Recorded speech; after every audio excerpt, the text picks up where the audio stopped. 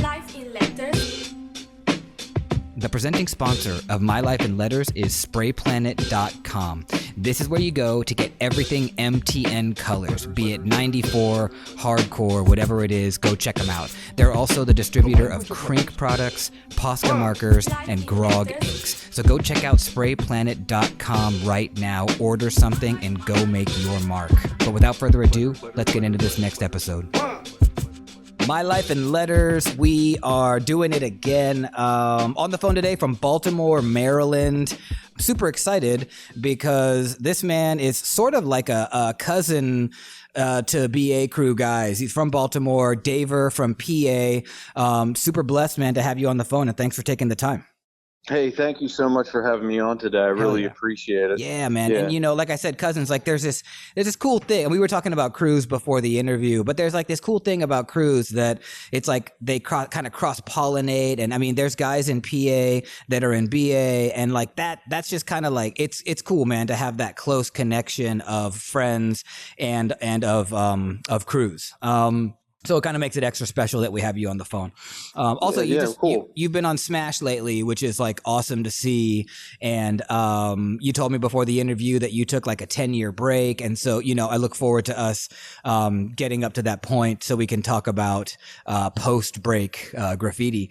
But you know the format where we really try to unearth some sort of a moment in your life before you got into graph, where lettering had some kind of an impact, some made some kind of an impression. And I wonder if you have an idea or a thought or a story about that. Well, I mean, I can say, I was drawing when I was little. So, ever since I was a little kid, I was always doing something, whether it was drawing pictures, just scribbling or doodling. I mean, I was always had a pen in my hand. I remember, when I was about 9 or 10, my mom got me one of these like pen and ink calligraphy sets, where you dip in the India ink and you put these different nibs on the pen. Sure. And so that was pretty cool. I was sort of looking at it. There was a little book that came with it. So you try to do the letters the way they are in the book. Also, what style were they showing? Was it like Old English calligraphy? What was in the book? Pretty much, I guess. I'm not really an expert on calligraphy, but I guess it would be considered Old English calligraphy. Yeah. Nice. And you had an interest in that, or did your mom did she make the choice, or had you been asking?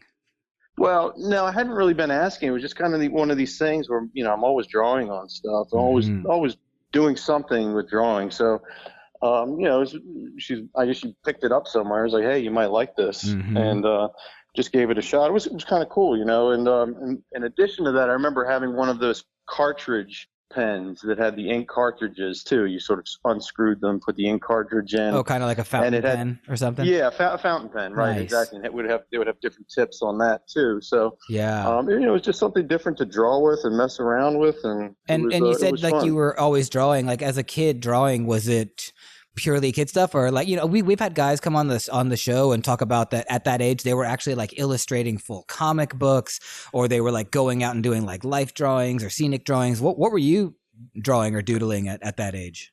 Well, I remember drawing a lot of car crashes. I used to love drawing car crashes. So and that and trains. I was really into just like model trains, streetcars, like that kind of thing. Just drawing, like boy stuff. As I got a little bit older, I would do some like drawing from life, whether it was like a still life or just sitting somewhere and drawing whatever you're looking at, kind of thing. Cool.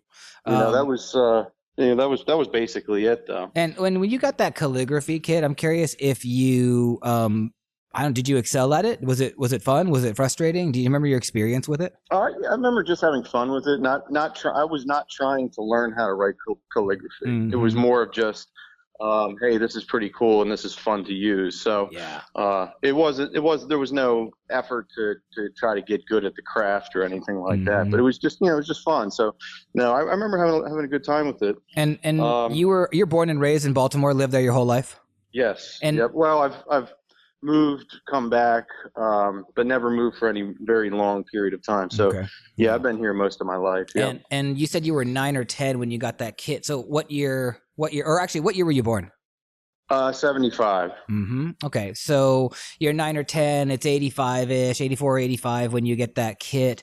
And I'm like, I just know from doing these interviews that like there was graph happening in Baltimore, really all over Maryland, there would be graph. And at that time, like 84, 85. And a lot of it was going to be sort of like punk graph, hardcore, associated with skate culture.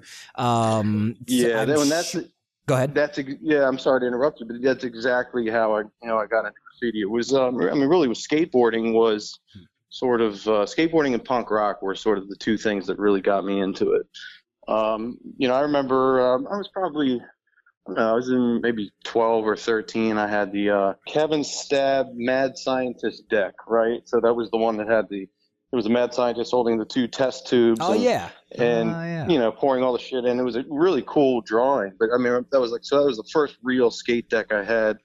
And after that, just looking at that, and then all the Peralta decks that were out back then. Yeah. And it was that was another thing that really got me into lettering. Because it was I mean, it wasn't graffiti lettering, of course, but it was just really stylized. Yeah. Almost like heavy metal sometimes type lettering.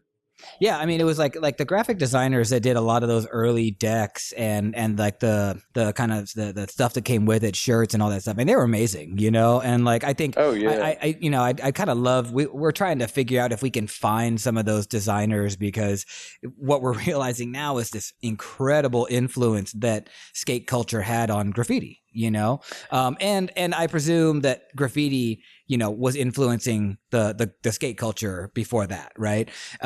Because obviously there'd been graph since, the 60s, and skateboarding blew up in the late 70s. So there, that interesting sort of crossover is something we want to investigate more. And so for you, skate culture I'm guessing magazines. Did you get skate magazines at the time? Were you seeing Thrasher? Yeah, I mean, things like that? of course, Thrasher, Trans World. We were all reading the Thrashers and the Trans Worlds. But, yeah, I mean. And I guess I was also wondering, like, what kind of was that also around 84, 85 that you got that deck? No, I would say that's a little bit later. That was probably more like 87, 88, somewhere around there. And like, did you have like a crew of kids that you were rolling around with on boards, like a little skate team? Oh yeah. I mean, definitely. We were, that was the thing in my neighborhood. It was, we would leave the house, we would be gone all day and come back later. So, we would just zip around from here to there, everywhere. Awesome. And so that was actually around the first time. That was when I first started noticing graffiti in my neighborhood too. Because you were on your board rolling around with your buddies and had that freedom, and you could just check it out more. Oh yeah, definitely. And there was, there was actually a bit of graffiti from my neighborhood. The neighborhood that I grew up in was on the north end of Baltimore City, and there were train tracks that were right down the street. They're actually the light rail line now, which is still gets painted all the time, still gets smashed. And there's a highway that goes right through there too. So there was always a ton of graffiti on these tracks. And in addition to that, there were some pretty famous writers, like Cuba grew up right down the street, pretty much like, I could have walked through a couple yards and gotten to where he grew up. Really? Yeah, in like 5 minutes. So, but I didn't know that at the time. I mean, Cuba is probably, I don't know, he's probably at least 10 years older than me. Okay. And, by the time I started noticing graffiti, I don't even think he was in Baltimore at the time. He might have already gone to San Fran, but okay. I mean, I remember, seeing Cuba, these little, they were pretty simple to read tags. I remember seeing these little Cuba pen tags all over the place. So was Cuba one of the first real, like, sort of New York style graffiti writers that you were taking notice of? I'm trying to think back, and you know what? I think I noticed some other writers first before him. Also, let me just clarify, like, I use that term New York graffiti just so we can make a distinction between sort of the punk rock graffiti that you were seeing versus spray paint subway kind of art graffiti. No, I agree completely with that description. I mean, New York style graffiti. I guess Revolt came down here, and it was like 79 or 80 was when he went Right. to Micah. And so Baltimore had, that New York style for a long time before I even Mhm. started noticing it. And Cuba was one of the real pioneers around here. Mhm. But in addition to him, there were other guys. There was this one guy who wrote Vespa, who Mm. was a good buddy with Adam Stabb at the time, who was writing Monster, Mm. and never met him, but he was from my neighborhood too. I remember just all these Vespa and Monster tags around. Mm. And some of these tags, some of the stuff that I remember from back then, I don't even remember exactly what it said. Yeah, Like sure. there were a lot of tags around. I mean, I remember seeing Nays and Zeke tags on bus stops, Mm. and I couldn't read them. I mean, Nays and Zeke, they wrote some pretty stylized tags, and at the Mm. time, I couldn't even read them. But I just remember, looking at pictures now, I remember seeing them way back when. Mm. Um, but so there was a lot. There was definitely a lot of stuff to see in my neighborhood. Yeah, you were saying along the Um, light rail. I presume if there were highways, there were like yeah, underpasses. exactly. Yeah, Mm-hmm. there was a highway that went parallel to the tracks, and Mm-hmm. so there was a lot of bridges where you could, if you painted that wall, it would get seen. I mean, Yeah. right basically at the bottom of my hill, there was a big shaken res piece that was Oh, there forever. nice. It was two Dope. guys shaking, and then his buddy Rez. And it was, if I remember, I think it was unfinished. They might have gotten chased when they did. I don't Mm. remember exactly, Okay. but that was just this big thing. And one of my buddies back in the day, when I was in middle school, he was way more into it than I was, and he was just like, shaking, look at that shit. He's like, if I ever met that guy, I would let him paint my bedroom. I'm like, Nice. we were like 13 at the time, maybe Yeah. 12 or 13, and it didn't mean as much to me then as it does now. And But so then, I just I was curious also, like if there were skate spots where you would go where there was like a crossover of sort of the New York style with skate and punk graffiti. um the only spot I could think of in particular would be Lansdowne Skate Park, Mm-hmm. which is this really old, like 70s carving park that's down in Lansdowne, which is just south of the city. Mm. But as close as it is now, from where I grew up to where it is, 20-minute drive or Mm-hmm. whatever. It was a whole, it was a country away. Nice. Yeah. I mean, we were little kids, and we were just kind of skating around, and to get a ride from your folks to go to some place like that was kind of few and far between. Okay. So Yeah. But you would go there and like kind of see older kids kind of like tearing it up and doing it there. I didn't, to be honest with you, I don't think I actually made it down there Oh, okay. until maybe the early 90s was the Okay. first time I went down there. I never actually skated down there as a All right. kid. And so this like this 87, 88 era where, you're like you're skating around with your buddies, you're taking in all this graffiti. You can identify guys like Vespa and Stab or Monster and Shaken. Like what was do you remember your understanding or like thoughts you had as a little kid about like what this was and if there was a meaning and a culture behind it? Well, I mean, I knew about it just from talking about it with, neighborhood kids. I mean, Mm-hmm. I don't even remember any specific conversation. It was just kind of like always there. It was, Mm-hmm. you know, hitting up tags was just a common thing in the city. Driving around the city wherever you went, they didn't really buff the way that they do now. So you might see it. There might be a tag that would last 5 years, even 10 years in some Mm-hmm. circumstances. I mean, Scott Mask, who was a big mentor to Yeah. me. Rest in peace. Yeah, rest in peace. Yeah, he had a sign. It was a Roland Avenue sign. It was right on Roland and Cold Spring Lane, right in the center median strip, and it had a revolt tag right on the back of it. And it had been there for years. I mean, so one day he went up there and stole it, and so he gave it to me. So I still have this Roland Avenue sign with this big revolt tag on there. It's Nice. fucking awesome. But the tag was probably done in like 1980. He Mm. probably didn't steal it till like 84, 85, Mm. maybe even Yeah. later. I don't know. Hmm. So, Cool. these tags would just kind of be there. And I remember going around town seeing Ashar tags, mass tags, and I couldn't read those at the time either. I mean, they were pretty wild style. But Ashar had sort of these simpler ones that you could definitely read.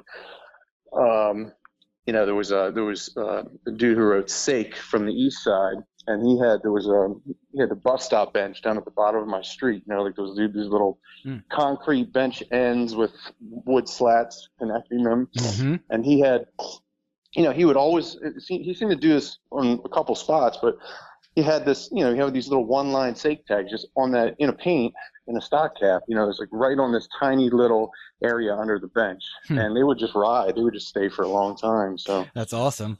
Yeah. And you told me that 92 was the year that you started, but like, what about the years leading up to that, like 90 and 91? I mean, I'm presuming that there was a bit of not an explosion, but I'm just guessing that there was more graph as the years went on from 88, 89, 90, 91, like more kids were probably writing and it was really catching on more. Is that accurate?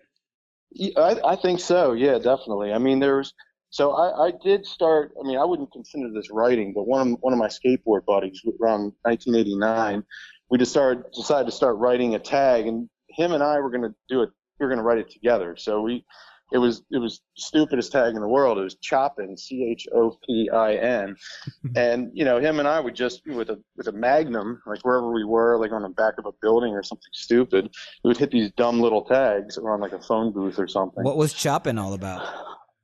I don't know. It was just, you know, some words we decided, some letters we decided, but it sounded cool of them. There were a lot of people that ended their tags with N's in Baltimore at the time. You know, it was Shaken, Cousin. Some people would add an N. There was a guy who wrote face. He would add an N. So someone would say facing sometimes. Oh, really? So, oh, that's interesting. Yeah. I've never heard of that before. That's cool. Yeah. I mean, I think Shaken was the influence for it. I mean, he was, the guy was everywhere. He really was. So you couldn't really go in any neighborhood without seeing a Shaken tag. Yeah, man. We've heard great stories on this podcast about Shaken.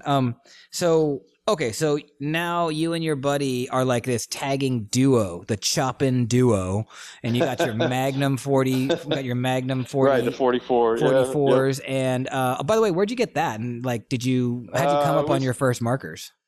I don't remember. I mean, it might have been stealing it from a drugstore or something. I mean, it was definitely whatever was easy to do. You know, it was probably whatever was close by. Yeah, but that's a pretty good start actually to your graph career, a Magnum. Like a lot of people talk about these really crappy little markers or Sharpies or whatever that they got, but you guys went kind of big, kind of early. Yeah, well, the Magnum, you know, had the nice chisel tip. I mean, it faded like a son of a bitch. You didn't know that till later, but you know, like the Pilot was the big boy marker. The Magnum was like the toy marker. Yeah, and I'm curious, like, who was like, did you have influence in '89? Was someone kind of pointing you guys in the direction of this, or did you just think, okay, no way, you just saw a Magnum, you're like, that's big enough. This was us just writing on stuff and being stupid. Yeah. And was it like skate punk kind of influence, or was it punk? Yeah. I don't know. You know, could you see a little Shaken in it, or you know, some of these other guys kind of influencing it? No, it was not stylized. I mean, it was. I think the end might have had like an arrow coming off the top of the end, you know, where it ends, or it was pretty bad. I'll put it that way. How long did you guys write it? I don't. It must have been like a couple months, and that's it. I mean, and we weren't getting up. I mean, this was just like we probably wrote more tags on paper than anywhere else. So, but would you like take the pen with you when you were skating and maybe like hit little spots? Yeah, I mean, usually one of us would have something like a Magnum on us, and then that would be it. But it was never really that serious, and it never. I wouldn't say it like. It didn't juice us up to like continue on. You know, it was not like it was not the kickstart to you know, really writing graffiti. Well, what was the kickstart then? I don't know. So I took a break for a while. I wouldn't say it was even taking a break because I never even really wrote to begin with. But you know, I started playing punk music. I had a friend of mine. It was an old family friend. I mean, the guy was like 17, and I was like 14 maybe, and you know, they needed a guitar player, and I was playing guitar. I sucked, but I was playing guitar. So you know, I said, hey, you want to play with us? So I said, sure. We were coming up with these like 3-chord crappy punk songs, and so we ended up getting better. I mean, we were never, you know, I wouldn't say we were great, but you know, we started playing a lot of local all-age shows. The punk scene in Baltimore was pretty good back then. Yeah, I mean, I've heard really actually that it was pretty diverse. That's cool. So you were playing shows at 14? Oh yeah, definitely. Nice. What was the name of the band? It was called The Fifth Column. What's that about? Yeah, I don't know. Some other guy came up with the name. It's like I guess it's some sort of subversive. I mean, I guess there was a fifth column in Italy or something. I don't know the history of it. I Okay. should know, Okay. but I So don't. so you guys are the Fifth Column, all Yeah, original music, all and by original the way, there was record. a real band called The Fifth Column. We learned later. So No, really? if you Google it, we're not going to come up. Believe me. Did you So. guys record your music though? Yeah, we did. Yeah, we put out like 2 cheap demo tapes, and then we actually. So the older guy that I was telling you about, the family friend, he was very good with money. We were playing all these all ages shows, and we get paid, I don't know, $50 or whatever. Man, that's pretty good though. I mean they would get crowded. I mean they were like $5 a head, Wow. and they would get packed. I mean a lot of young kids coming in, and I don't know. I mean I don't know what it was we were getting paid. It might not have been that much, but Whatever, you were getting something to do every these time we got shows. paid, he would just take the money and just set it aside, put it somewhere safe, and he never spent it. And so it got to this point where we were like, okay, let's put out a little 7-inch.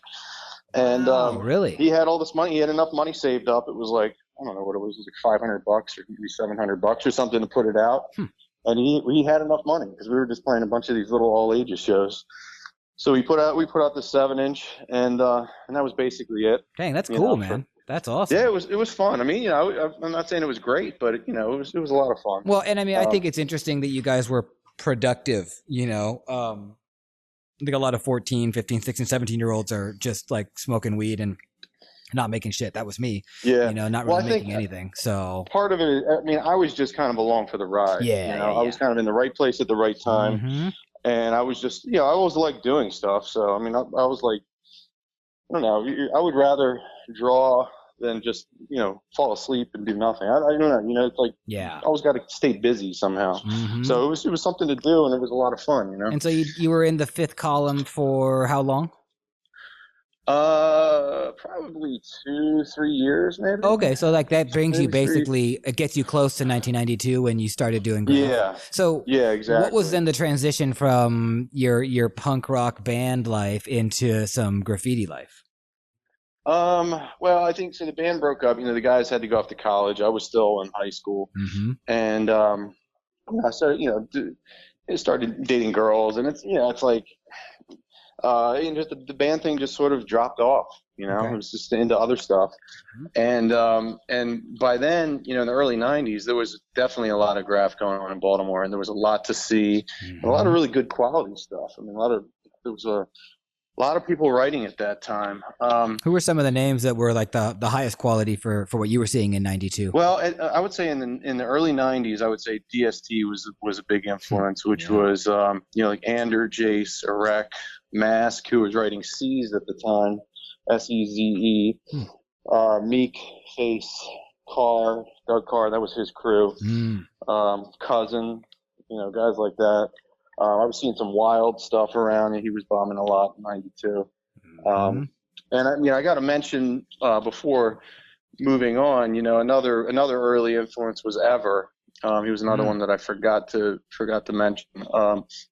He is he and Zeke. You can give credit for the left hand lean in Baltimore City. So for the tags doing the left hand lean. Dope, really. So that is like you said that with a lot of confidence. You can just like legitimately say that they were the ones that established that look. Yeah, oh yeah, definitely. So Ever was left-handed, so was Zeke, and they were two. I mean, these guys were the talented guys. I mean, they were sort of the ones to beat, at the time. And it's amazing, dude, because to this day, that left-hand lean is like so distinctly Baltimore. That's really cool that you can narrow it into that point. I mean, Ever's tags were these real sick one line. Actually, they were 2-line tags. The R was 2 lines, but they were definitely simpler to read. Like you could read an Ever tag. You saw an Ever tag, and it was there, and it was nice. He was also one of the first ones to use fat caps in the city too. He spent some time in Philly. He spent some time all over. He kind of traveled around a little bit. Do you know who brought him up? The early history is, I didn't really live through the early history, so it's all been passed down secondhand to me. Yeah.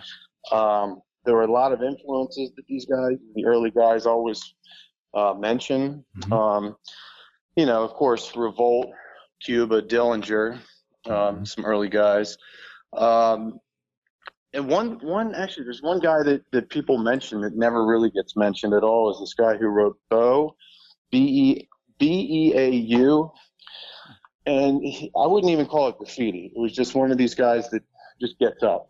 He a lot of times he would write with like maybe he was like an iron worker. He would write with like a mean streak, or I guess one of those steel pens, with the ball tip on it.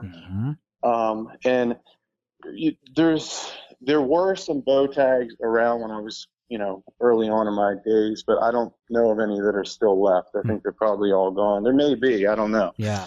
But this guy was, just sort of up, and it inspired people to get up. It's like, he might not be a graffiti writer, but this dude is just everywhere. Yeah, that's awesome.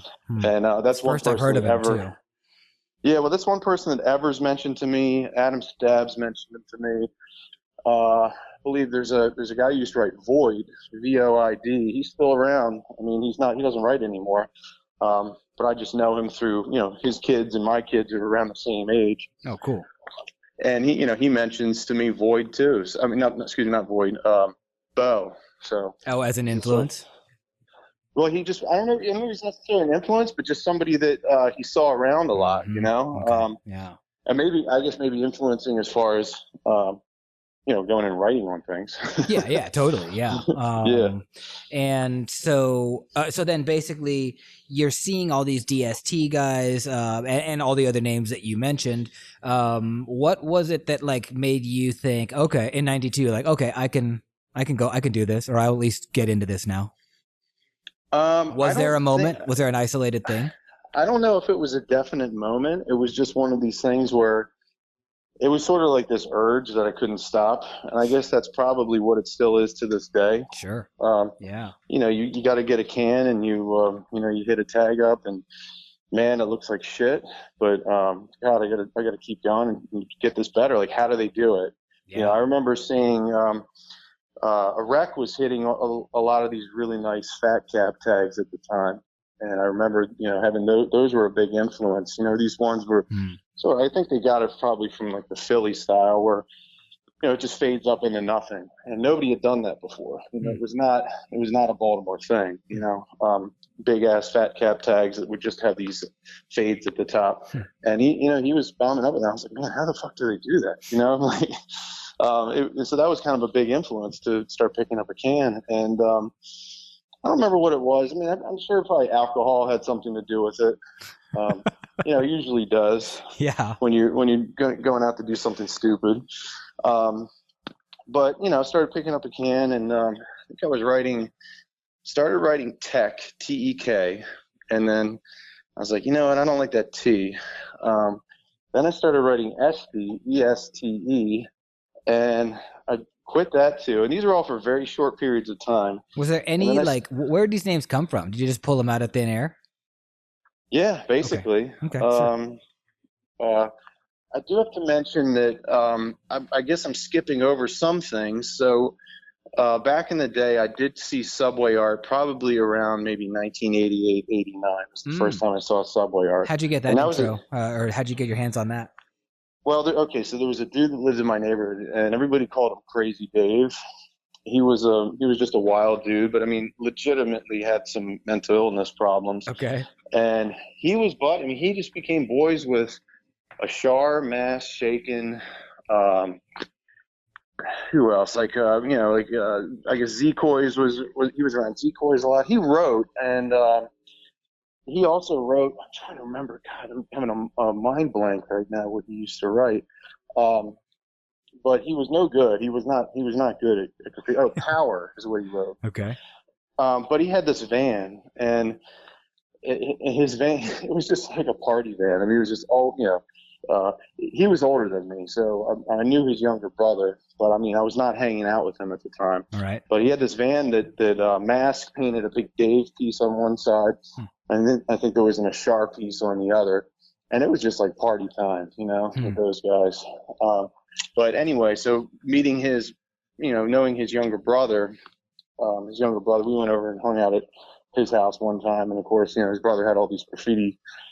Actually, the only one I saw was Subway art. That was the first time I saw that, and Do you that was a remember big influence. your reaction?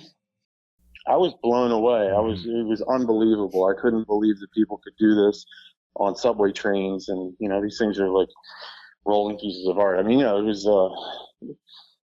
Now it's kind of like, everything's oversaturated, so it's like you know, anybody can do a piece now. It seems like. Yeah. It's just, but that being blown away by how clean those paintings were, and how good they were for being 70s, early 80s. Yeah. It was just amazing. Yeah. So, Okay, but so- yeah, that. And then back to 92, you're writing Tech and you're writing SD. And again, these names are kind of pulled out of nowhere. Since you brought up Subway art, like at that time, 88, had you thought about practicing letters the way you saw them in 88 in that book? Not until the early 90s is Okay. when I started sketching. And because you said you were always drawing as a kid, so I guess that's why I wonder if when you saw Subway art, because this is what I did when I saw that book. I started copying some of them just to see what it felt like to draw them, and I was terrible, but I could then do bubbles, or what like New Yorkers call softies. I could do that, and so I wondered if you had toyed with kind of graffiti lettering, but you didn't. You waited until this time, 92, to start. Well, there is one point that I was, and it was at the request of a friend. The one friend I was telling you about who lived up the street that was, really more into graffiti than me. He got into hip hop, and he would be in these hip hop groups with guys, and we sort of lost touch a little bit. But he knew that I drew a lot, and he was like, one day he hit me up. He's like, we saw each other in the neighborhood. He's like, "Hey man, I'm trying to do these shirts or jackets or something, and I need a logo." He's like, can you come up with this logo, EFYM? I'm like, yeah, what does it stand for? He's like, everybody fucks your mother. I'm like, okay. So wow. So I did these really whack EFYM letters for him. And they were horrible. I mean, horrible. But this was probably 89 or something like that. Oh, so, but cool, that was it. I mean, Yeah. that was just at the request of a friend, but it didn't go any further. But you than tried that. to do them like graffiti style. Did they have like arrows and other like kind of things you'd attribute to graffiti? They probably did. Yeah, they probably. Yeah, I'm sure they did. Yeah. So back to 92. So your Tech, your SD, you told us that those names didn't have like great meaning. You just like grabbed them. Were you aware in 92 that you needed an original name, and that a name like Tech was probably used like just all over the country already? Did you care? I guess my awareness was probably more of like, at that point, I'm sure I had a copy of Subway art probably by that point. Okay. Yeah. And probably spray can art.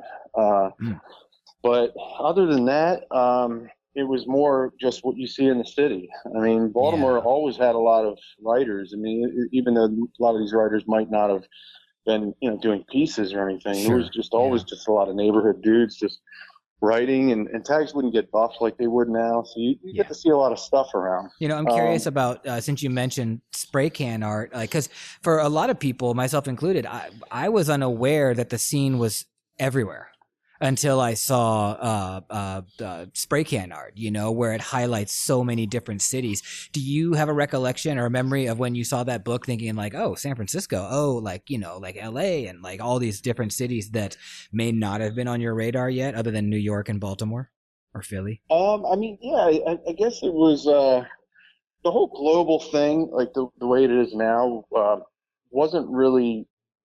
I guess I wasn't really that concerned with it, but I liked seeing the art. Like it didn't really matter where it was from. I guess when I first saw that book, Baltimore's had graffiti forever, so it was just kind of like a part of the life of seeing it, and there would be pieces at different spots. They were never legal, but like trackside spots. If you were walking along the tracks, you'd see them. So it wasn't like the whole concept of graffiti wasn't like this weird like wow thing in 92. It was pretty saturated, and you knew about it. You were comfortable with it. Okay.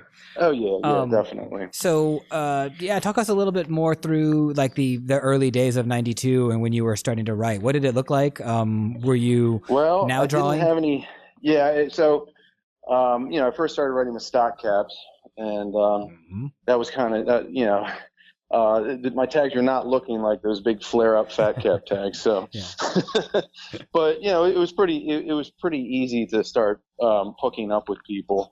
I met, let's see, so the guys that I was seeing, I didn't meet any of those guys, the guys that were really inspiring me, but there were a bunch of dudes that were from North Baltimore, and one of them was a guy that wrote Del, Del. He also wrote Del, and he also wrote Scan, Skan, and the dude had a ill hand. I mean, he was good. Piecing level, he was doing like real kind of simple pieces, but he had a lot of stuff around that I could look at. He had a friend who wrote Casca, and I knew his friend Casca through the punk scene, who was also sort of like a group of kids were from one neighborhood that were close to mine. This guy that wrote DJ Case. There was another guy that wrote Caper, and he also wrote Daisy. He was kind of like a hippie guy, but he was really talented guy. And then my old buddy Nick, who wrote Ken, rest in peace. And he was another one. And these are all guys that you're hooking up with in that first year in '92. Yeah, cool. definitely. And so there must have been like lots of different levels of like skill or like proficiency within those people you just mentioned. I would say the hand style was definitely the predominant thing in Baltimore, and it always used to be. It was your tag came first. I mean, that was the basis of everything. And a lot of the pieces would essentially look like bigger versions of tag.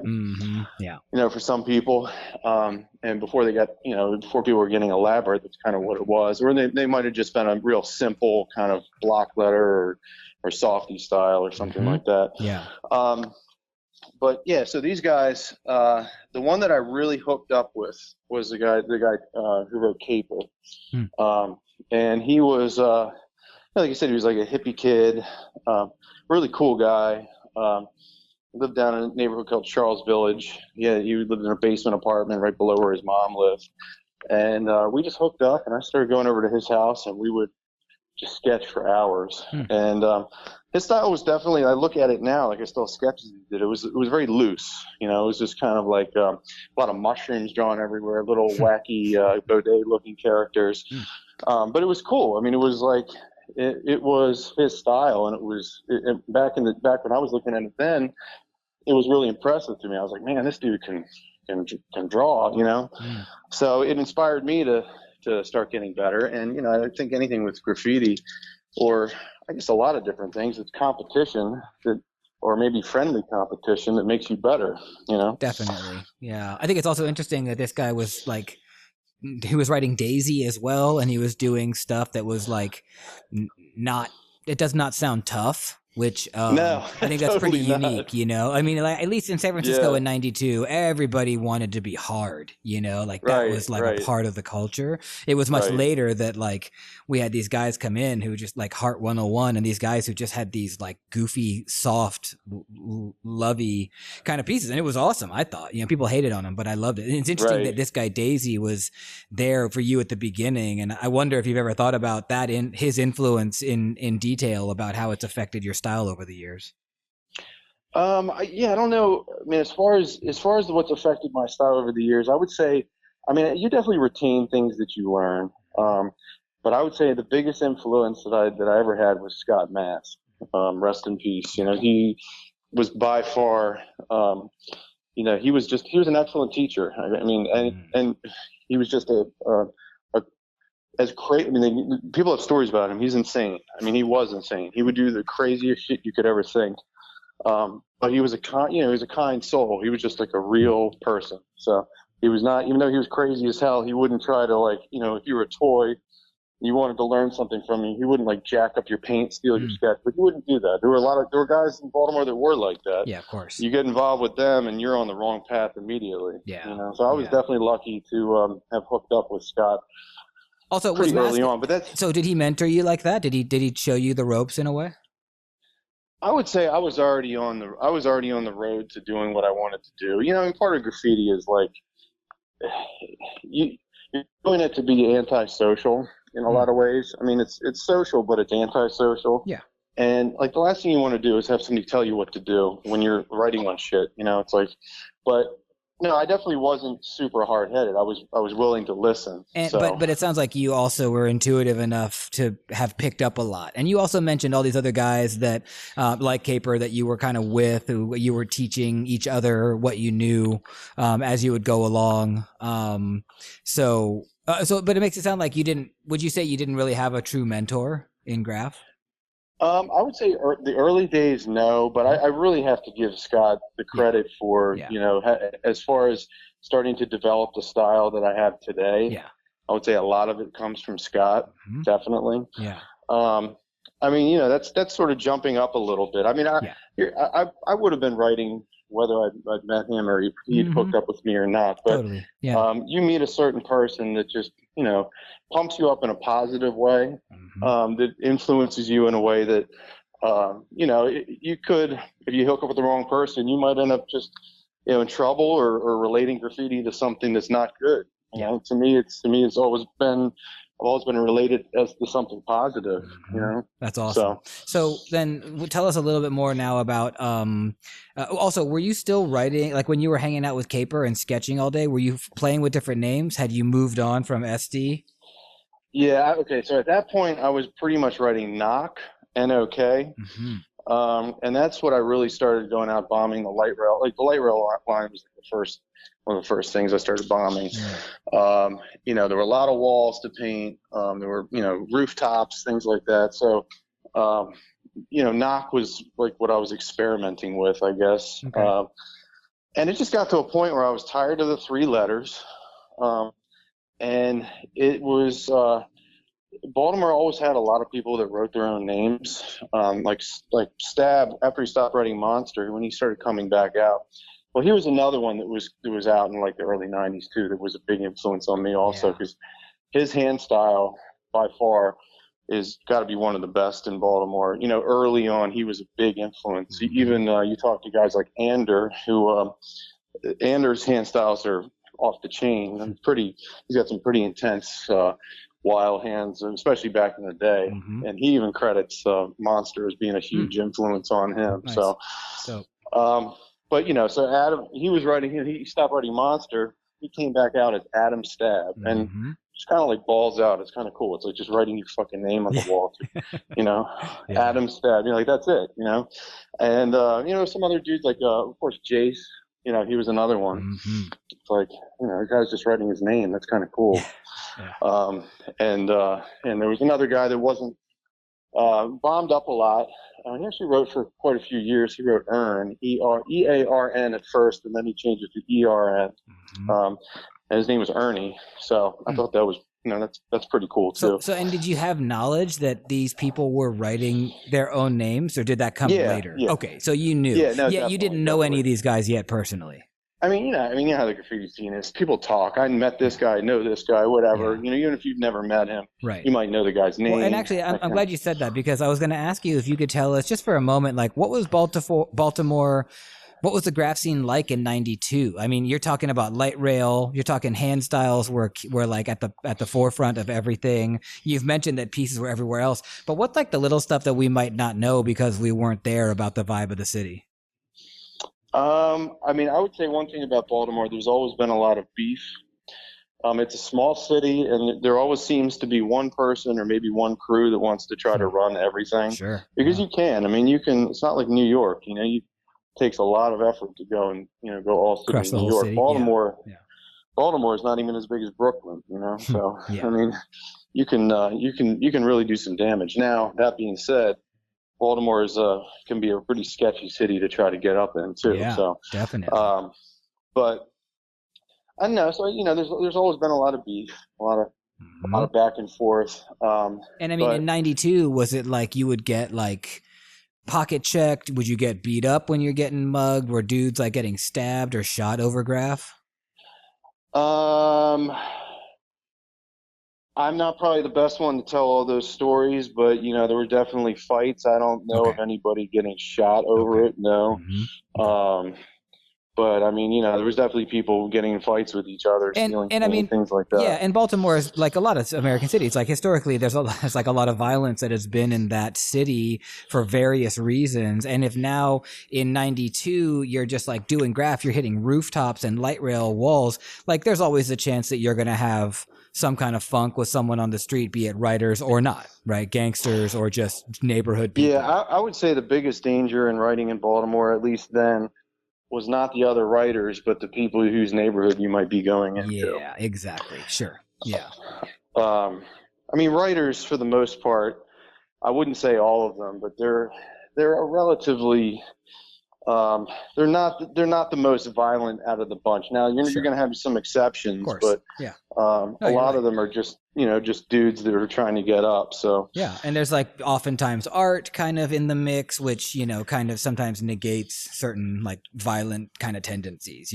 So I think that's pretty normal. And right. so for you, there was beef, but you just that wasn't a part of your early experience. Well, let's see. I remember one time I was going out bombing. This was probably early on. We were down on Howard Street bombing at night. Actually, it was the night before Christmas Eve, and we just got, we were just in the wrong place at the wrong time. Two of us and like a gang of like 8 dudes like caught us. They were just neighborhood dudes, and whipped our asses, took our paint, Mm. and they. The funny thing is, they would have just taken whatever we had. They were just out to cause mayhem. Yeah. It was like that wilding thing that was going on back then. Right. And we got out of there just like fuck from now on. It's like it's just another. It didn't stop me. It's Yeah. kind of like, okay, well, here's another thing that Another that's element. happened. Now I Mhm. gotta straighten up and make sure that doesn't happen again. Yeah. So Okay. Also, like that night, the two of you, is it you and Caper, or who were you out bombing with that night? no, it was me and this other dude that I didn't mention. He was one of these guys that just couldn't like pick a name. He kept writing different things. He wrote Ver for a little while. That's when I was writing Knock, and him and I did some stuff on the light rail line, bombing a little bit. He changed it to Peak, Peak. Then he started writing Whisper, and God knows he wrote a bunch of different stuff, and he just kind of faded away. Okay, but this was like a bombing partner of yours early on. Yeah, early Mhm. on. Yep, definitely. And how long did you write Knock? No, I'm trying. The my memory's not that great, Yeah, I but know, man. I mean, it might have been. I don't know. It might have been a year, maybe not even quite a year. Okay, so It was enough. It was enough to get up a little bit on the light rail line. There's still pictures floating around of some pretty whack knock pieces. So, but then what? Then you moved on to Daver from that. yeah. So I just, one day it was just like, fuck it, I'm just gonna write my name. So at first I was just writing Dave, and then, the R came in just because, in Baltimore, typically you have you want to get all the people that I was idolizing, a lot of them, they had an R at the end of the tag, or they Yeah. added an R at the end, Mm-hmm. or K, and you flare that son of a bitch out, and it's just like, Yeah. it makes the end of your tag just look that much more badass. Mm-hmm. So you went to Dave Though, did you like do? How much time did you spend writing Dave? A lot of times what I was doing is I was hitting Daver tags and then doing Dave pieces. Okay. So that was generally what was going on at the time. Mm-hmm. Yeah. And what were those pieces like? Those early Dave pieces? I was trying to do, I was trying to make them as good as possible. I mean, by that time I knew about piecing caps, and we had, American Accents was out. Mm-hmm. And so there was quite a those were the nicest colors you could get. It was pretty funny. There was a place in Baltimore, hardware store, sort of like a Home Depot, called Heckinger's. Mm-hmm. There was no Home Depot at the time, right? And they had a lot of Krylon, they had Rusto, and then they had the American Accents. And the Krylon colors were so bad. I mean, compared to what they have now. And actually, I kind of liked them because that's what I grew up with. Teal blue, baby blue. Oh man. Taupe. I actually love the Krylon palette from back then. I mean, the paint the palette was really, really muted. It was not. We didn't even have avocado at the time. Yeah. There was one place you could get hot pink. Krylon, but it was kind of rare. And then safety green and plum were available only at like certain building supply houses. Yeah. So you could get that stuff, but it wasn't like, when you walk in and stuff a couple cans down your pants, that's where you would go. Yeah. To Heckinger's. But also like that you mentioned that too, man, that like we used to have, because that was the same thing on the West Coast. You would have to go to multiple stores to get the colors you needed. You couldn't just do a one-stop kind of shopping deal. Right. So I'm glad that you brought that up. Sorry, continue. And, so the American paint palette was, by far now the Rusto palette is way better than anything we ever had coming up with. Yeah. That Rusto palette's pretty damn amazing. And it's only, it's only because the foreign paints palette blows it away that it's, anyway, so, but, we had American accents, and there was raspberry, icy grape. Oh, no, what was it? What was the purple color? It might have, was it grape? Yeah, grape. That's what it was. Yep. And then, wildflower blue. Oh man, summer squash, like all summer squash. There were so many good colors from American Indian accents. Spice. Yeah, I would still fuck with that paint if I could get my hands on it. It's great. No doubt. And it was thicker than anything you could ever use. It was great paint. So, we'd always throw in some, and I think they had one raspberry. So I always try to throw in some of that stuff. But at the time, I was trying piecing caps, and they weren't. If you remember, Rusto would never work quite like Krylon with piecing cap. No. Yeah. Especially the American accents, which is super thick. You might clog piecing caps. And at the time, I would have like 3 piecing caps to my name. So this is before you were buying them. Online. Oh man, we used to shave down posts all the time. Like we would take X-Actos to thin out a post on a Phantom to get them onto Rusto cans. Like that was our way. Yeah. Yes, we used to go to an art supply store and take them off the Krylon Crystal Clear. Mm-hmm. Those were the caps that we used to use. Yeah. So the color palette was definitely not what it is today. No, but I was trying. I'm curious about your style too. Like was it like, I know for many of us it takes several years to really start to feel like you know what you're doing. I'm guessing you were kind of the same way. And if so, like, what kind of style were you doing in those early years, those Dave pieces? I would say a lot of them were influenced by that guy Caper, because he had, and his letters weren't crazy wild, but they would sort of like, I don't know, they would have little cuts and breaks in them. And so the letters weren't great, or I do like a real simple piece, where the letters were all kind of like legible one after the other, where there was no real connections or arrows. Okay, so you weren't really doing that yet, connections and arrows and more complicated kind of additions to letters. No, definitely not at that point. Could you paint something kind of clean in those early years? Yeah, that's what I was always trying to do. I was always trying to be able to paint clean, because I would paint with some people, and it's just like, the outline was just so fuzzy and faded. Now, it wasn't as clean as I paint now, but, it was, I was making an effort to try to clean it up a little bit. And you knew these techniques of how to like cut back with your paint and like make stuff clean. Yeah, exactly. It wasn't, most of the time, it wasn't a one-shot outline.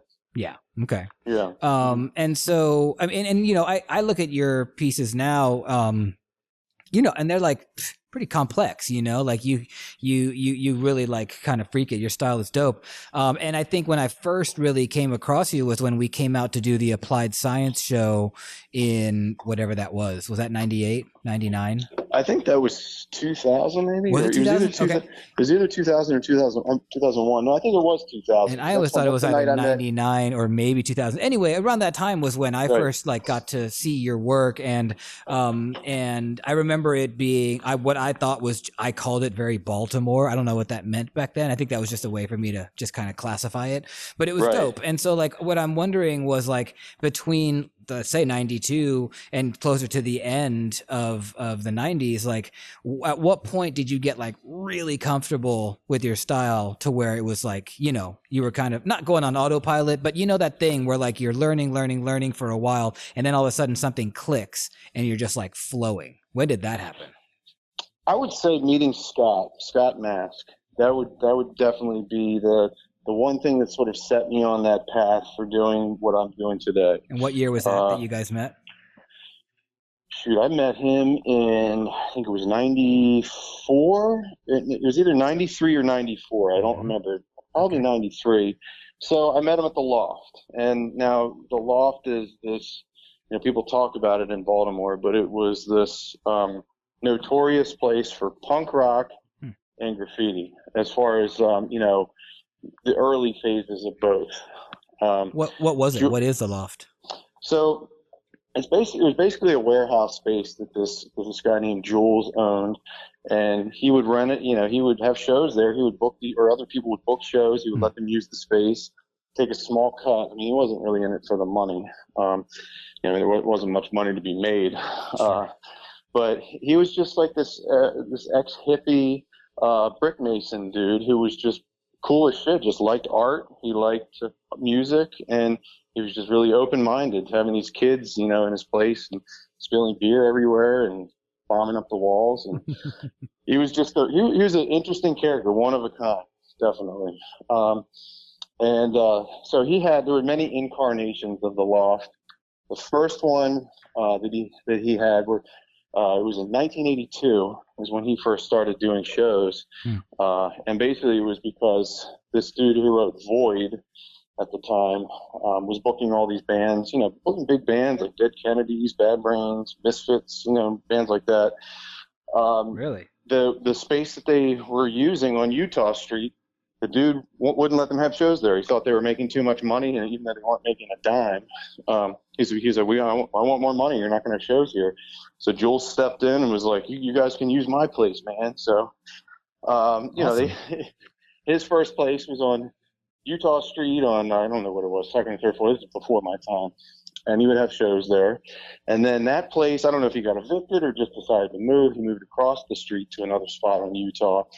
And sort of that's the one that, a lot of these graffiti writers would meet each other at. Adam Stabb has got stories. This was like the hub. Hmm. If you were a white guy from one neighborhood and you see this black guy from another neighborhood that's all up over the city, chances are you might meet him down at the Loft. Hmm. So Okay. it was just a way for a lot of people to get together and meet, and even people that weren't that into punk rock would come down there because they were into graffiti. Yeah. So Sounds like a pretty uh, awesome place. yeah, I mean, it was just just unsanctioned kind of thing. It was just Yeah. like back, all the stuff was really just really underground. You know, Hmm. so Yeah. And um, so that literally the building where you met Mask? well, no, by the time, so Jules had a third location. After that one is now no longer there. There's a parking lot where that one used to be. Hmm. And I never actually went to that one because he moved, I don't know if it was probably like late 80s that he moved to the location that he was when I met Scott. He moved over to the west side. It was Frederick Avenue and Monroe Street over on the west side, and that's where I ended up meeting Scott. It Hmm. was just I was hanging out with, and I have to say, in addition to all these other people that I had mentioned, two guys that were, that I'm still hanging out with to this day, Arbor and Jesser, even though Arbor wasn't writing Arbor at the time.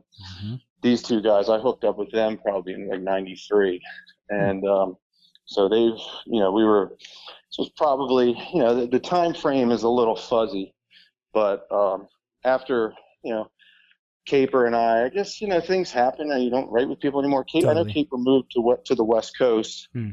but I started hanging out with Arbor and Jesser a lot, and then we Hmm. would go to the Loft because Jesser was friends with Jules.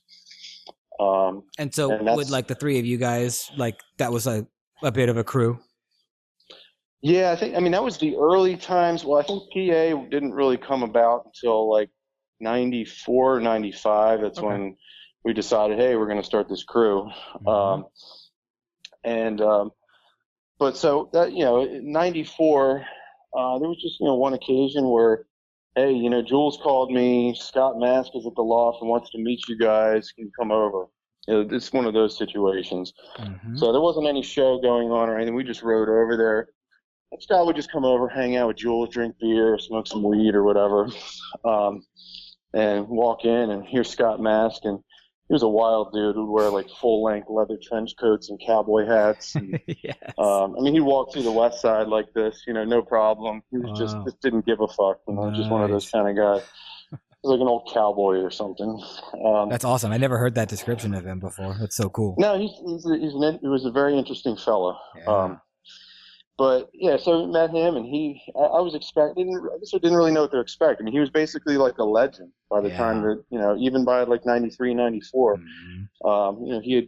He had kinged the Metro line, which was Baltimore has this one Metro line. It goes from downtown out to Owens Mills, one line, nothing else. Mm-hmm. And that was sort of like before the light rail line. That was the place to paint.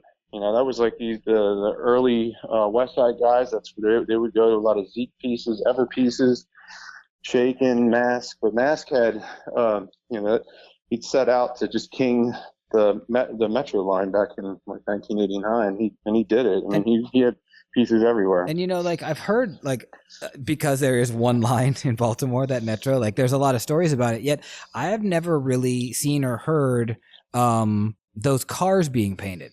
Have people? Oh no, they were. They've been painted many times. Yeah. I think they're even still painted to this day. Really? And people pop through. I Mm. mean, I guess that's the thing, the whole clean train movement, where you go around the country and paint every system or whatever. I've heard people do that.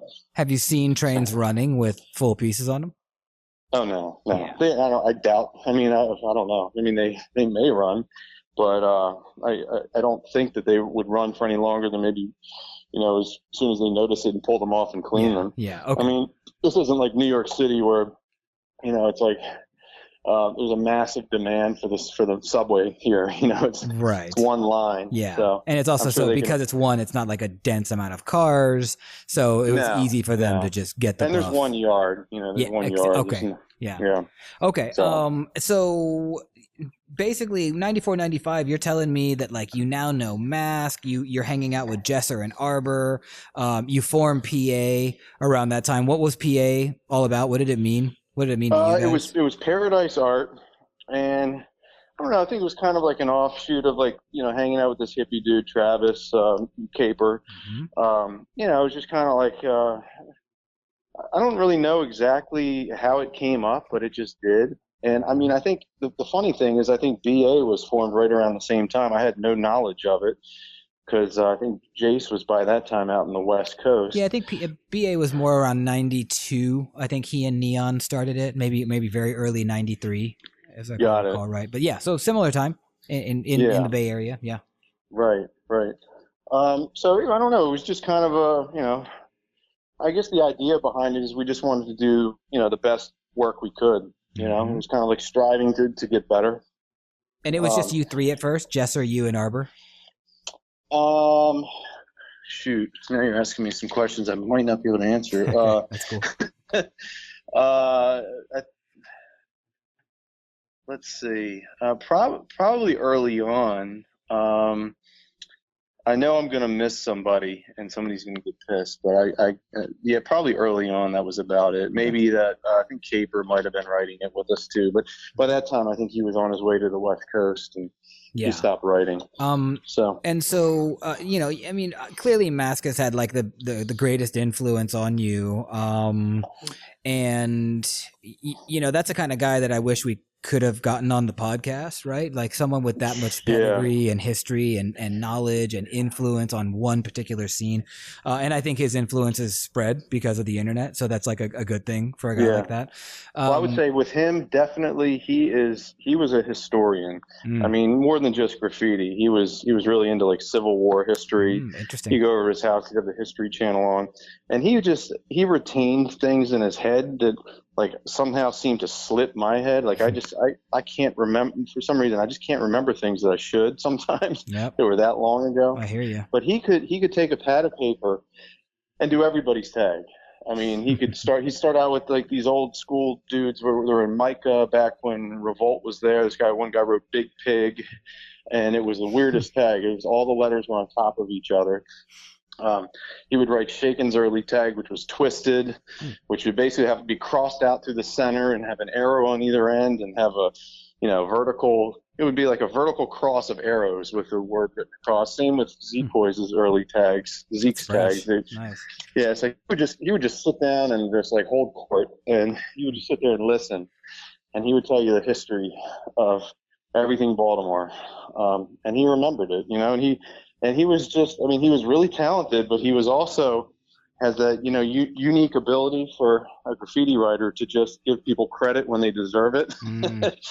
There's a lot of graffiti writers that are like, once they get good, it's kind of like, well, I'm the shit, Yep.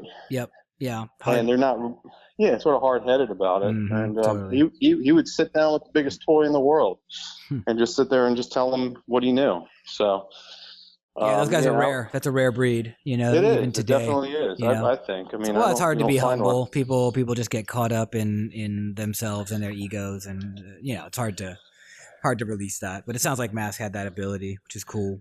Oh, most definitely, and he loved it. I mean, he liked being he liked talking. He was a talker.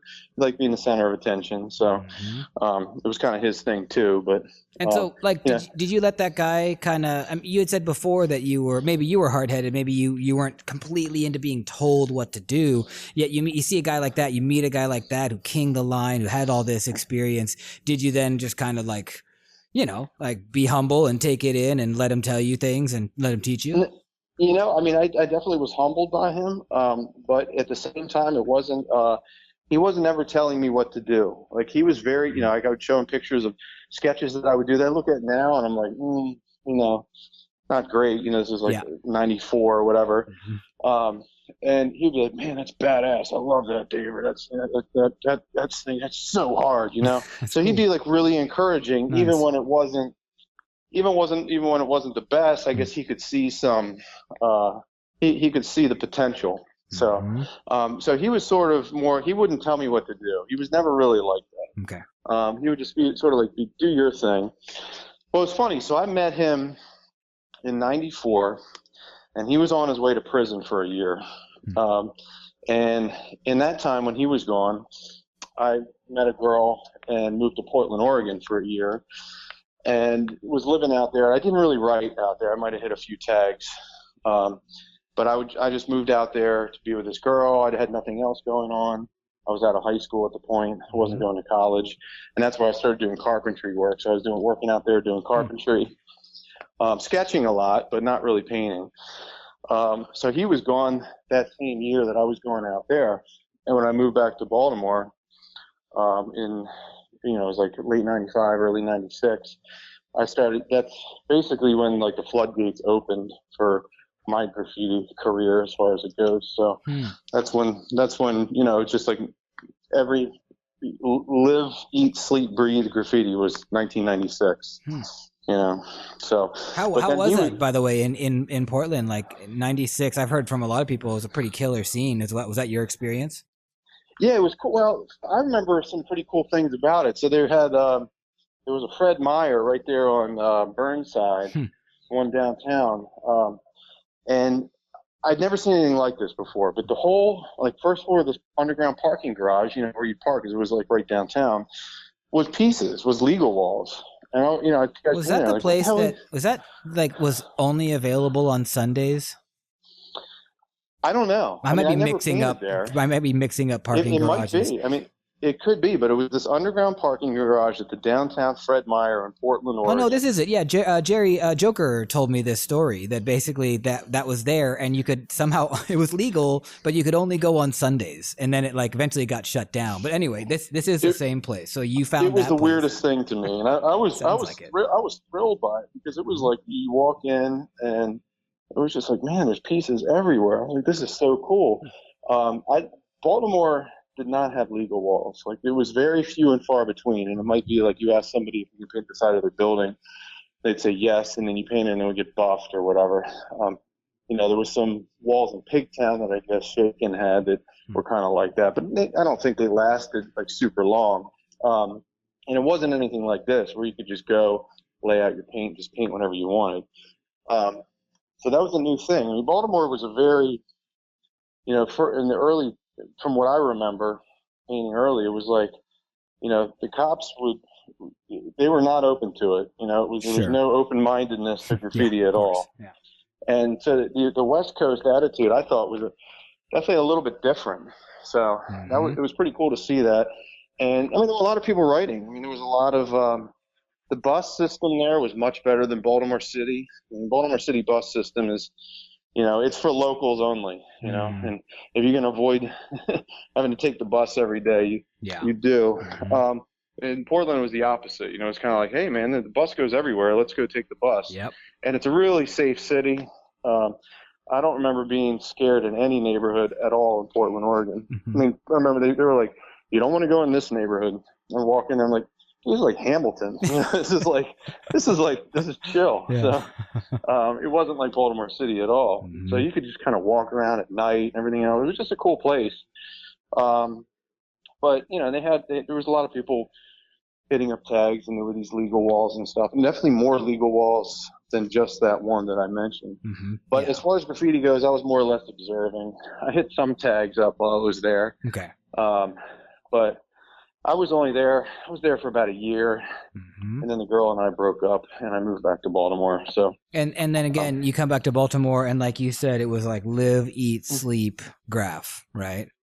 Most definitely. Yeah. Definitely. And what was your emphasis in around 96? Were you bombing more? Were you wanting to do like full blown kind of burner pieces? What were you focusing on? Pretty much everything. But yeah, I was bombing a lot back then too. Yeah. Whatever. It didn't matter. At night you might bomb, at day you might go out painting, and 96 is when I started painting trains too. I hadn't really messed with trains before that. Who took you into your first freight yard? This dude who wrote Erase, Rob Erase. He was another interesting guy, but a cool dude and very talented. And he took me into a yard and painted, and then after that, he showed me a bunch of other spots. And also, like, what was that like? I mean, were you like a lot of us? Like the first time you go, were you thinking, "Whoa, how was I sleeping on this all these years? There's just like all these extra surfaces for me to rock." Like, what was your experience, memory? I just remember thinking of it as more like practice than anything. Interesting. Really?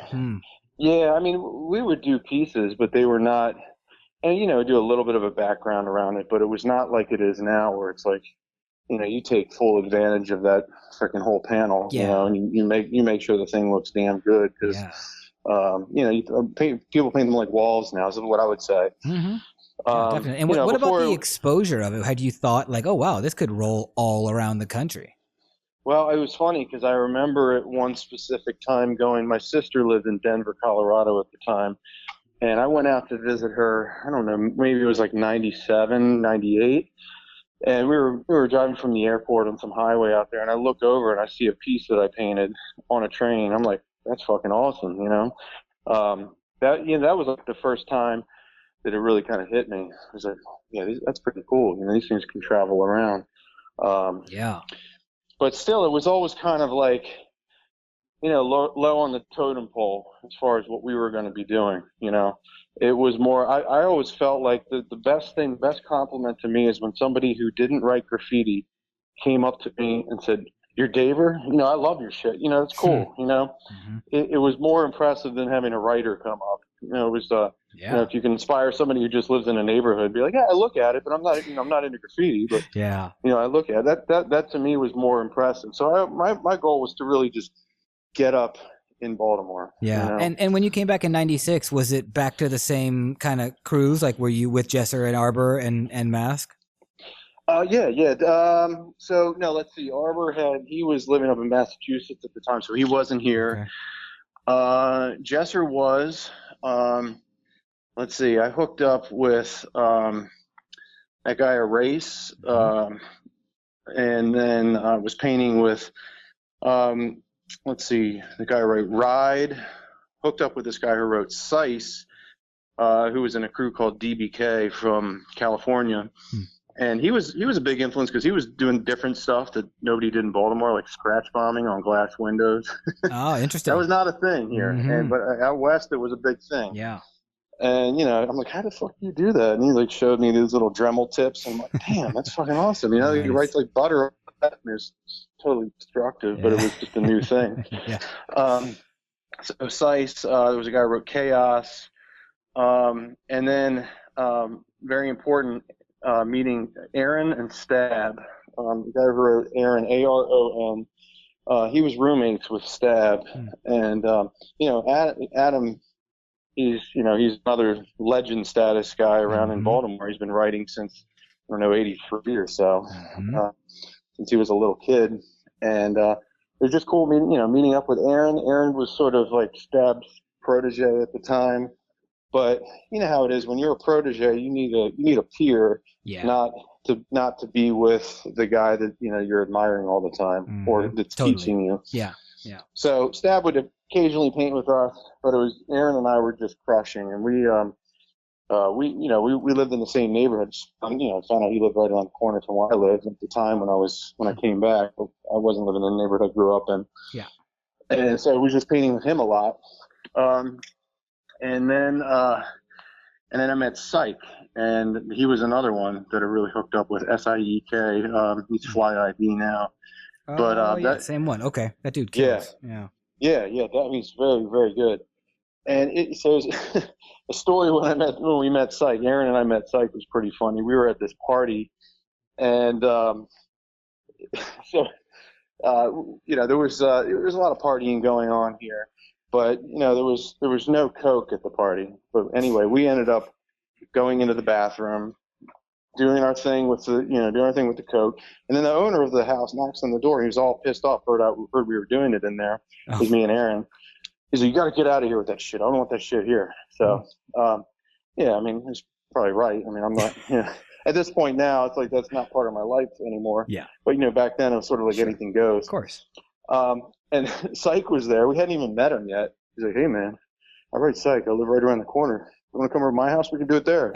So, so we go over to his house, and it was all over from there. And I'm like, "Yeah, I've seen your tags around the neighborhood." Nice. And he was really into piecing, and he was piecing on a high level even back then. Mm-hmm.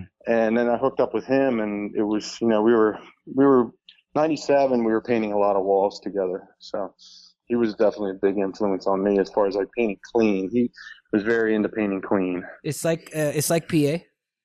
Yeah. Mm-hmm. And so PA's kind of grown, and you guys are just like doing your thing. And like, I know that you told me before that you took a break in 2004.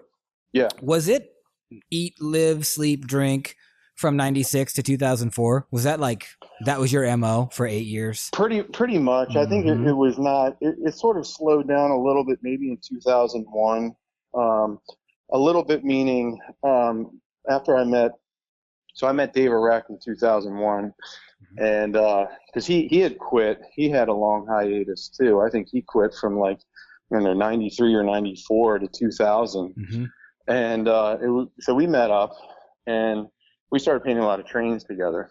So that's jumping ahead a little bit. Well, that's okay, but I mean, that sounds like a significant kind of thing that happened. So 97, you're wrecking it with Syke and all these other kids, and then you hook up with Arek, who is someone that you have seen for many years, right? Before. Yeah, definitely. And then go ahead. Before him, I'd have to say another really important partner that I had for a couple years was Medicine. He also writes Mode. He used to write Mode, and he was another dude that I used to look up to. He was, he wasn't as prolific as Mask. He wasn't as crazy, I guess. But he was up. He was and he was a very, very talented writer. And so I met up with him in it's either 97 or maybe late 98 is when I met up with Billy Mode, and he and I were partners for a few years. Oh, I didn't know that. Okay, interesting. And there were a lot of Daver Medicine trains rolling around. We found this one day spot that we could paint that had just these long auto parts flat box cars, and so we just started. We were doing everything, bombing train lines, whatever. He had a really slick Medicine. It was actually a Meta throw up and it went well with, I had a DV throw, but they sort of went well together. Nice. And so we just started doing throw ups everywhere and painting together a lot. So we painted together for pretty hard for like 2 years. Awesome. And so he was another one, he's that's the thing about Baltimore. There's a lot of people that are just kind of in the woodwork that are, just talented dudes. Just don't, it's like, I used to do it, but now I'm fixing cars or whatever, So. Right. Also, on that note, like, were you continuing to do carpentry work all these years that you were bombing? Was that your definitely. Yeah, that was back, when you're in your 20s, you can get 3 hours of sleep and like totally, just, it's like you're like Superman. I don't know how. I mean, I can't do it anymore. I think we still do it. We just have kids now, and they suck up our superpowers. Yeah, I think you're right. Yeah, because if you didn't have kids, you'd probably be able to do a lot of the same stuff. But all that energy goes to them. And again, you told us that in 2004, or you told me that in 2004 you had your first son, and that was sort of the thing that made you say, okay, I'm going to take a pause on this and focus on family. He was born in 2003, and I wrote a little while after he was born. But it just got to a point where, when you're spending this much time on your feet, you have no money, no health insurance. Yeah. You can't pay your, it's like you can barely pay your bills, and now you have a kid. It's like, holy shit. Yep. So at that point, I was like, well, I gotta figure some stuff out here. So I had to, while my wife was pregnant, I had to switch jobs 2 times to find the right fit and get health insurance, and then just start worrying about real life stuff. Yeah. So it kind of slapped me in the face a little bit. Yeah, which that happens to many of us, and then figuring out ways to kind of create that balance, which a lot of people never can figure that balance, and they'll just sort of give up on making whatever it is that they're making. But right. And listen, man, like we're like way over the time that we had allotted for this, and I want to be sensitive to that time. But this has been really educational, and I'm glad you told me, I hope it's okay that I say it, that you actually like kind of took down some notes before the interview so you could kind of remind yourself. That's so great, dude, because you dropped names and things that happened that we probably would not have been able to touch on. So this is a note to all my future guests: do what Daver did, take some fucking notes. Let's streamline this interview a little. But Dave, it's been dope. Well, I do want to mention D-Star painting with him in 1996. D-Star. He was another influence. Yeah, so I don't want to leave him out. No, I mean, and we're going to have to do a part 2, obviously, because we're just we're not even really wrapping at 2004, because a lot of stuff happened we really got to 97, between 97 and your son gets born in 2003. So let's figure out a time. Definitely. We'll get you back on. You got to hear the Scott years. Those are pretty good years. Yeah, there's so much, and also, I mean, I always want to like try to be like, oh, tell me some Jacer stories, just because like he was one of my mentors, but no time for that. What's funny is I never hooked up with him. I mean, I've met him, of course, but I've never painted with him. Well, I just wonder also if you just have heard. I mean, the dude's kind of legendary and infamous, and there's stories that probably just circulate around Baltimore about the guy. Listen, will you tell people where they can, for our listeners who are brand new to Daver, can you tell us where we can find your work on either Facebook or wherever platforms you use? Instagram, I'm at Beastly Ease. So that's BEASTLYEASE. Okay, dope. What's that all about, the name? That was just something I started writing when I was maybe 96 or something, just really high. I put it next to a piece. It said, I moved with Beastly Ease. Nice. I always wondered. And that was it. Cool. Do you have a website? Do you have any other platforms that you want to kind of push? I do not. No. Cool. So, so everybody go check that guy out. Follow him. Again, man, awesome. And really great to get more Baltimore history. Like Baltimore is like this city that's sort of like, I've always been infatuated with it, because I see it as kind of a great old American city that's been down on its knees many times. Maybe even currently it might be down on its knees. I'm not exactly Most definitely. sure. Yeah. Well, I look forward to Baltimore getting up a little bit more, but I love that place, and so to be able to hear these stories is really, really cool. And man, better than the national news makes it out to be. I'll tell you that. Oh, the national So, news is fucked right now. So who knows? Yeah. I don't know who to believe, but I believe you, dude. And Hey, thanks, man. again, I appreciate you taking the time and thank you. Hey, appreciate it. Thank you so much for having me on, Adam. I'll talk to you soon, man. Yes, sir.